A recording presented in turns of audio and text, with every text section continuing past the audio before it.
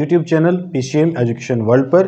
और फ्रेंड्स, आज हम बात करने जा रहे हैं जो आपकी न्यूक्लियर रिएक्शंस होती हैं उनको हम किस प्रकार से बैलेंस करेंगे, वो आज हमको सीखना है। देखिए अब ध्यान से, ये आज कुछ इक्वेशन दी गई हैं, इन इक्वेशन को बैलेंस करना है। लेकिन इनको बैलेंस करने से पहले हमको कुछ चीज़ों के बारे में जान लेना है, तब जाके बड़ा ही आसान हो जाएगा। सिर्फ 2 मिनट का काम बचेगा। पहले कुछ बेसिक समझ लेते हैं। देखिए ध्यान से, आपके पास कुछ कण होते हैं, जैसे कि अगर कहीं पे -1 बीटा 0, इसको इलेक्ट्रॉन बोलते हैं,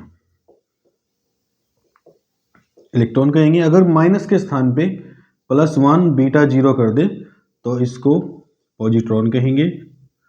और अगर 0 n 1 आ रहा है तो ये आपका क्या कहलाएगा, न्यूट्रॉन। कहीं पे 1 H1 आ रहा है तो इसको प्रोटॉन या प्रोटियम, ठीक है ना, इस प्रकार से बोलते हैं। और अगर कहीं पे ऐसी कंडीशन आ गई कि सब कुछ इक्वल हो गया है, ठीक है, फिर भी कुछ जोड़ना है तो क्या जोड़ेंगे, वो हम इन्हीं इक्वेशन में चर्चा करेंगे। चलिए बात करते हैं। देखिए सबसे पहले इक्वेशन देखें आप लोग ध्यान से। ये कितना है, 7n14 + 2He4, ठीक है ना, इक्वल टू है आपका 8 और 17। अब देखिए क्या करना है आपको, पहले नीचे वाले जोड़ लेंगे। 7 और 2 कितने हो गए, ऐसे 9 हो गए। इधर कितने हैं केवल नीचे 8, तो कितना बचा, 1 किसका होता है, ऐसे H का, H भी हो सकता है, ठीक है, और आपका पॉजिट्रॉन भी हो सकता है, वो देख लेंगे हम वहाँ पे ऊपर कितना बचता है उसके अकॉर्डिंग। अब ऊपर देखो 14 और 4 18, ऊपर कितना हो गया 18, यहाँ पे कितना है 17, ठीक, तो कितना कम है 1, तो हम यहाँ पे 1 लिख देंगे और हमारी इक्वेशन हो जाएगी बैलेंस। आई होप अब इसमें कोई डाउट नहीं रहेगा। अब बात करते हैं इस वाले की, नंबर 2 की। अब नंबर 2 में क्या है, देखो 7 है, यहाँ पे कितना है 6, तो कितने कमी है भाई 1 की, तो 1 लिख देंगे, ये लिख दिया। ऊपर देखिए यहाँ भी 13, यहाँ भी 13, ठीक।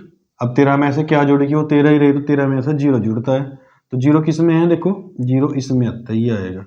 हालांकि 0 इसमें भी है, लेकिन हम ये नहीं ले सकते क्योंकि इसमें माइनस है। अगर यहाँ -1 लिखेंगे तो 6 में से 1 जाके 5 हो जाएगा, इधर 7 हो जाएगा, ठीक है। तो इसलिए हम प्लस वाला यानी कि पॉजिट्रॉन लिख देंगे, यानी कि 1 बीटा 0, और इक्वेशन 2 हो जाएगी हमारी बैलेंस। इसके बाद में बात करते हैं थर्ड की। देखिए ध्यान से, 92 में यूरेनियम 235, और ये कितना फिर आपका न्यूट्रॉन है 0n1। ये आपकी नाभिकीय विखंडन वाली रिएक्शन है, ठीक है ना, न्यूक्लियर फिजन जिसको बोलते हैं, ये वो वाली रिएक्शन है। और देखिए फिर आगे इसमें कितना हुआ है, ध्यान से देखिए, इधर 92 था, 92 और 0 जोड़ेंगे तो 92 ही रहेगा, यानी कि 92। यहाँ पे इन दोनों को जोड़ेंगे तो भी 92 आ रहा है, ठीक है। अब दोनों साइड 92 आ गया, तो अब क्या लिखें यहाँ पे ऐसा, तो हम लिखेंगे भाई 0। 0 किसका होता है, देख लीजिए ध्यान से, 0 होता है n, ठीक है, और n के ऊपर कितना होता है हमेशा 1, फिक्स है, 1 ही रहेगा। अब इनको जोड़िए 235 और एक 236, इनको जोड़ेंगे, जुड़ के आ रहा है 233, कितने कमी है 3 यूनिट, तो 3 की कर देंगे मल्टीप्लाई। अब देखो 3 की 0 में करेंगे तो 0 ही रहेगा, और 3 की 1 में करेंगे, ठीक है, तो 236 हमारा पूरा हो जाएगा। इक्वेशन नंबर 3 हमारी हो गई है सॉल्व। अब इसके बाद में बात करते हैं नंबर 4 की। देखिए इसको ध्यान से, कितना दे रखा है 15 P30। अब देखो यहाँ 15 है, यहाँ पे 14, तो कितनी कमी है 1 की कमी है, लेकिन ऊपर बराबर हो गया है तो ऊपर 0 होना चाहिए। अब ऊपर 0 कहाँ पे आएगा, इसमें आएगा, इनके 1 बीटा 0, ये आपका पॉजिट्रॉन आ गया और आपका बात हो गया खत्म।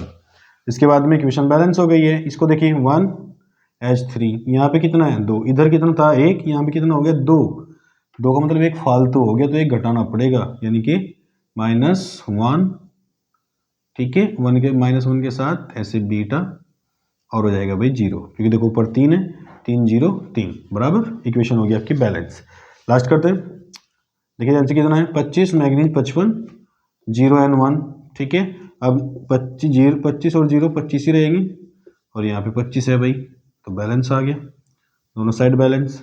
ऊपर देखो 55 और 1 56, और यहाँ पे भी 56, देखो दोनों बराबर आ गए, यानी कि ऊपर नीचे दोनों बराबर आ गए। और खाली स्थान फिर भी दे रखा है यहाँ पे, ये खाली स्थान फिर भी है।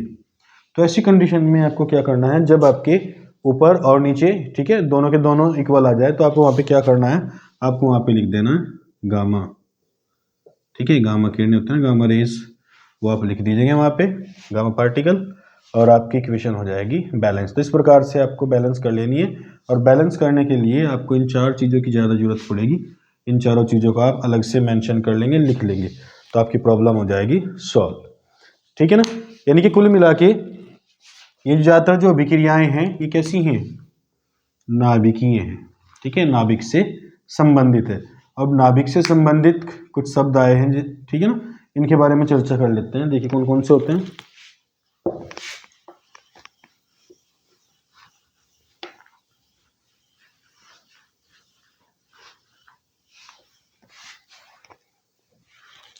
देखिए सबसे पहले बात करते हैं नाभिकीय बल।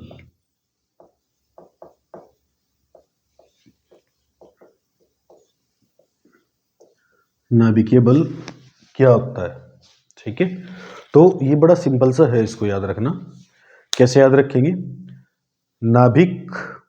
नाभिकीय बल है तो बात करेंगे नाभिक की। नाभिक के अंदर क्या क्या होते हैं, नाभिक के अंदर होते हैं आपके न्यूक्लियन। और न्यूक्लियन का मतलब क्या होता है, न्यूक्लियन का मतलब होता है प्रोटॉन प्लस न्यूट्रॉन, ठीक है। तो प्रोटॉन और न्यूट्रॉन को बांध के रखने वाला जो आकर्षण बल होता है, जो उनको बांध के रखता है आपस में, उसी को बोलते हैं हम लोग नाभिकीय बल। देखिए ठीक है, जैसे मान लीजिए ये नाभिक है, ऐसी कक्षाएं होती हैं आपने पढ़ी होंगी, ठीक है। इसमें के अंदर क्या होते हैं, P plus N, proton plus neutron. और ऐसी कक्षाओं में क्या होते हैं, आपके इलेक्ट्रॉन वहां पे मूव करते रहते हैं, कितने भी हो सकते हैं, ठीक है भाई। इलेक्ट्रॉन मूव करेंगे और अंदर हो जाएंगे नाभिक के प्रोटॉन प्लस न्यूट्रॉन। अब प्रोटॉन, ठीक है, प्रोटॉन के ऊपर होता है पॉजिटिव चार्ज, यानी कि धनावेश होता है। और न्यूट्रॉन, ठीक है, ये तो न्यूट्रल ही होता है, यानी कि इसके ऊपर कोई चार्ज नहीं होता, इसको छोड़ दो। तो प्रोटॉन है, प्रोटॉन कितने होंगे भाई, जितने इलेक्ट्रॉन हो जाएंगे उतने ही प्रोटॉन हो जाएंगे उदासीन अवस्था में। और मान लीजिए, समझने के बाद ऐसे समझ लीजिए कि मान लो जैसे हमने इसमें कितने लिख दिए, ऐसे 7 और 2 9 इलेक्ट्रॉन है, तो भाई सीधी सी बात है, उसके अंदर कितने, फिर 9 ही प्रोटॉन हो जाएंगे। ऐसे बात को समझने की कोशिश करो।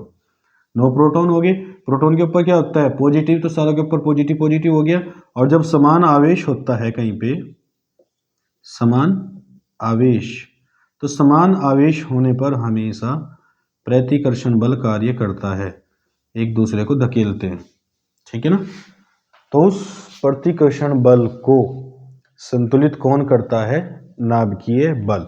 नाभिकीय बल उसको संतुलित करता है और इनको आपस में बांध के रखता है, ठीक है। इनके आपको ध्यान रखना, जो आकर्षण बल इनके बीच में है, प्रतिकर्षण बल जो काम कर रहा है इनके बीच में प्रोटॉन के, उससे ज़्यादा किसका मान होता है, उससे ज़्यादा मान होता है नाभिकीय बल का। और आपने इसमें ध्यान रखा, अभी जो एक शब्द आ रहा है न्यूक्लियन,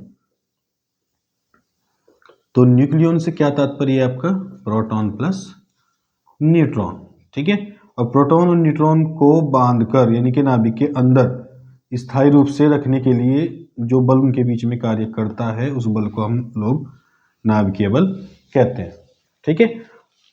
तो नाभिकीय, ये फिर इसमें 2 प्रकार की समीकरण होती है, नॉर्मली आप लोग जानते होंगे, एक नाभिकीय विखंडन होता है, एक नाभिकीय संलयन होता है। नाभिकीय विखंडन का एक एग्जाम्पल था अभी 92 यूरेनियम 235 प्लस 0N1, ठीक है।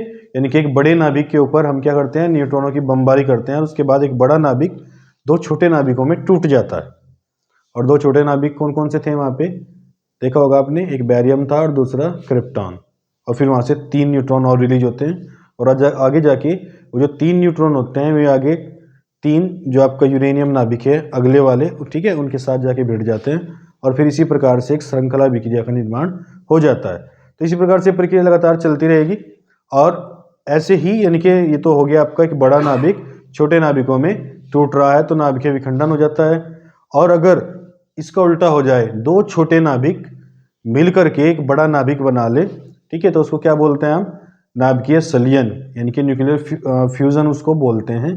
जैसे सूरज होता है, सूरज के अंदर जो विक्रियाएं हो रही हैं वो सब कौन सी है, सूरज के अंदर जो क्रियाएं हो रही है वो सब क्या है, किसके उदाहरण है, नाभिकीय संलयन के अंदर। उसके अंदर क्या होता है कि आपकी जो प्रोटियम है, ड्यूटेरियम है, ट्राइटियम है, ठीक है ना, ये आपस में मिलते हैं और मिलकर के एक बड़े नाभिक का निर्माण कर लेते हैं, ठीक है। तो नाभिकीय विखंडन का मतलब क्या होता है, टूटना। संलयन का मतलब क्या होता है, नाभिकों का आपस में जुड़ जाना, ठीक है। और जो न्यूक्लियन को बांध के रखेगा उस बल को बोलते हैं हम लोग नाभिकीय बल, ठीक है भाई।